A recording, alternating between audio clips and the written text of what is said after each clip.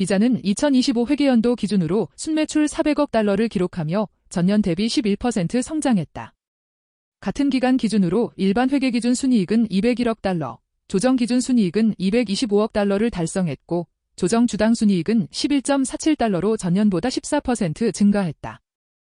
2025년 9월 분기에는 순매출 107억 달러와 조정 순이익 58억 달러, 분기 조정 주당 순이익 2.98달러를 기록하며 안정적인 두 자릿수 성장을 이어갔다.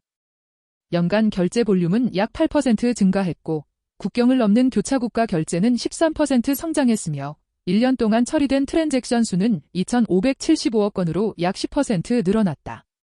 이를 단순히 나누어 보면 거래 한 건당 평균 매출은 약 0.26달러 수준이고 순이익 마진은 약 50%에 달해 비자의 경제적 혜자가 매우 크고 수익성이 높은 구조임을 보여준다.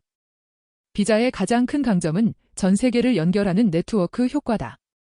최신 자료에 따르면 비자는 약 49억 개의 결제 자격을 보유하고 있으며 1억 7,500만 개가 넘는 가맹점 위치와 연결되어 있고 연간 트랜잭션 규모는 약 3,290억 건에 이른다. 이 네트워크는 200개가 넘는 국가와 지역을 포괄하며 카드 보유자와 가맹점, 금융기관, 핀테크, 정부를 동시에 연결하는 다면 플랫폼 역할을 수행하고 있다. 카드 보유자가 많을수록 가맹점은 비자를 반드시 받아야 하고 비자를 받는 가맹점이 많을수록 금융기관과 핀테크는 비자 브랜드를 발급해야 하는 선순환 구조가 형성된다. 이처럼 규모가 커질수록 네트워크 가치가 기하급수적으로 커지는 구조는 후발주자가 단기간에 따라잡기 어렵고 네트워크 그 자체가 비자의 핵심 경제적 혜자로 작용한다. 비자는 매우 높은 고정비 인프라를 이미 구축한 상태에서 방대한 거래량을 처리하기 때문에 규모에 기반한 비용 우위를 가진다.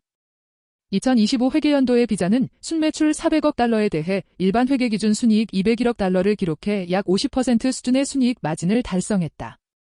같은 해 영업비용은 160억 달러 수준으로 집계되었는데 이 안에는 약 25억 달러 규모의 소송 관련 충당금과 구조조정 비용이 포함되어 있다.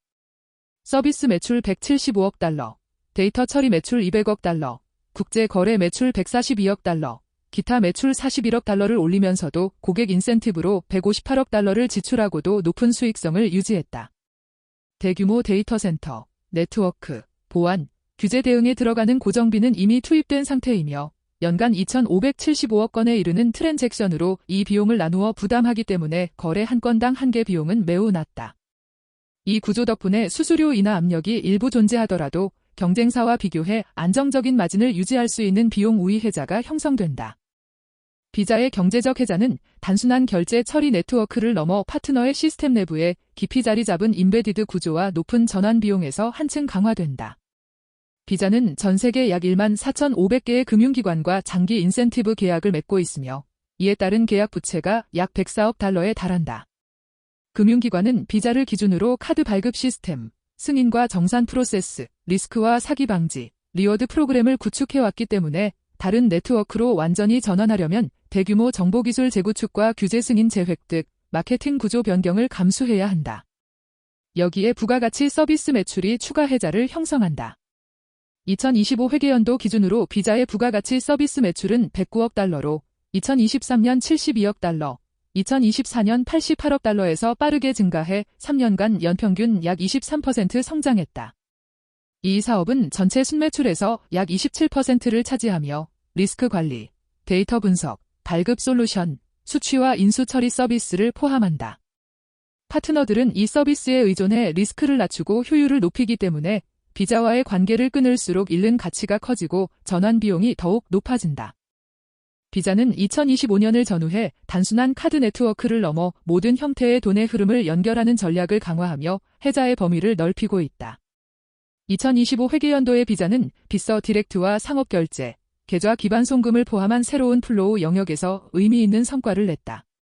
빗서 디렉트는 한 해 동안 126억 건이 트랜잭션을 처리하며 전년 대비 27% 성장했고 상업결제 볼륨은 1조 8천억 달러에 이르러 7% 증가했다. 2020년 이후 누적 기준으로는 1,400억 달러가 넘는 가상자산과 스테이블 코인 관련 흐름을 처리했고 비자 자격을 이용해 소비된 금액만 350억 달러 이상이다. 스테이블 코인 연계 카드 프로그램은 40개국에서 130개에 달하며 사용액은 1년 사이 4배 이상 늘어났다. 동시에 비자는 48억 개 이상의 결제 자격과 1억 5천만 개가 넘는 가맹점 데이터를 활용해 인공지능 기반 상거래 솔루션을 제시하고 있으며 지난 25년 동안 누적 3조 3천억 건을 넘는 거래 데이터를 축적했다.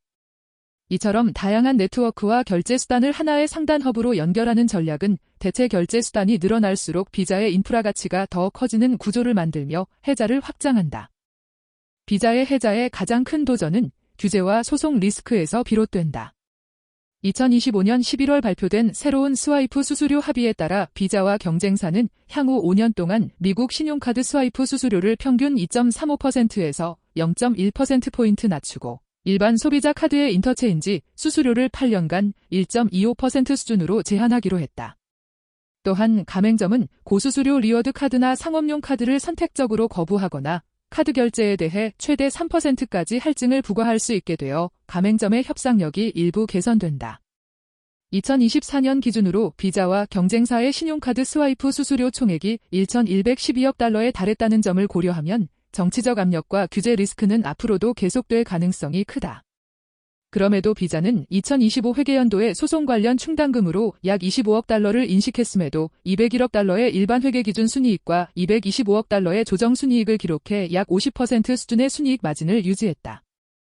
49억 개의 결제 자격, 1억 7,500만 개의 가맹점, 연간 2,575억 건에 이르는 트랜잭션, 그리고 109억 달러 규모의 부가가치 서비스 사업이 결합된 구조를 감안할 때 규제는 수수료 인상 여지를 일부 제한하는 역할을 하지만 비자의 네트워크 효과와 비용 우위, 데이터와 서비스 기반의 경제적 혜자 자체를 단기간에 훼손할 수준으로 보기는 어렵다.